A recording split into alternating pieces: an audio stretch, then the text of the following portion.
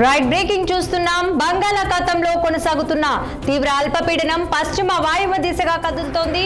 దాంతో ఇవాళ ఆగ్నేయ బంగాళాఖాతాన్ని ఆనుకుని ఉన్న దక్షిణ అండమాన్ సముద్రంలో వాయుగుండంగా మారే అవకాశం ఉంది. ఇక అనంతరం ఇది మరింత బలపడి 48 గంటల్లో పూర్తి స్థాయి సెనయార్ తుఫానుగా మారే అవకాశం ఉందని రాష్ట్ర విపత్తుల నిర్వహణ సంస్థ తెలిపింది. ఇక ఉపరితల ఆవర్తనం ప్రభావంతో మంగళవారం నాటికి నైరుతి బంగాళాఖాతం, శ్రీలంక ప్రాంతాల్లో మరో అల్పపీడనం ఏర్పడే అవకాశం ఉందని పేర్కొంది. ఇక దీంతో ఆంధ్రప్రదేశ్లోని పలు జిల్లాల్లో తేలికపాటి నుంచి ఓ మోస్తారు వర్షాలు కురిసే అవకాశం ఉందని వాతావరణ శాఖ అధికారులు తెలిపారు. సోమవారం ప్రకాశం, నెల్లూరు, వైఎస్ఆర్, కడప, ఇక అన్నమయ్య, చిత్తూరు, తిరుపతి జిల్లాలో వర్షాలు కురుస్తాయని అన్నారు. ఇక బుధవారం నాటికి ఇది తుఫానుగా బలపడనుందని పేర్కొన్నారు.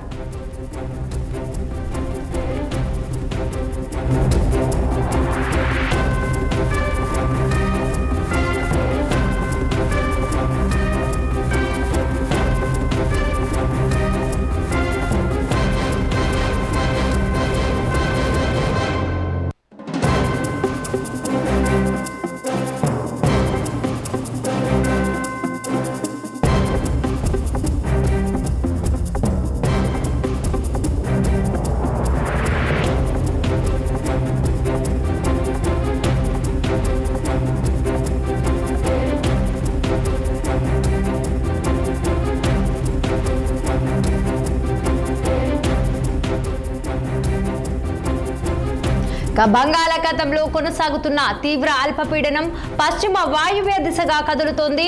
దాంతో ఇవాళ ఆగ్నేయ బంగాళాఖాతాన్ని ఆనుకుని ఉన్న దక్షిణ అండమాన్ సముద్రంలో వాయుగుండంగా మారే అవకాశం ఉంది. అనంతరం ఇది మరింత బలపడి 48 గంటల్లో పూర్తి స్థాయి సెనయార్ తుఫానుగా మారే అవకాశం ఉందని రాష్ట్ర విపత్తుల నిర్వహణ సంస్థ తెలిపింది. ఇక ఉపరితల ఆవర్తనం ప్రభావంతో ఇక మంగళవారం నాటికి నైరుతి బంగాళాఖాతం, శ్రీలంక ప్రాంతాల్లో మరో అల్పపీడనం ఏర్పడే అవకాశం ఉందని పేర్కొంది.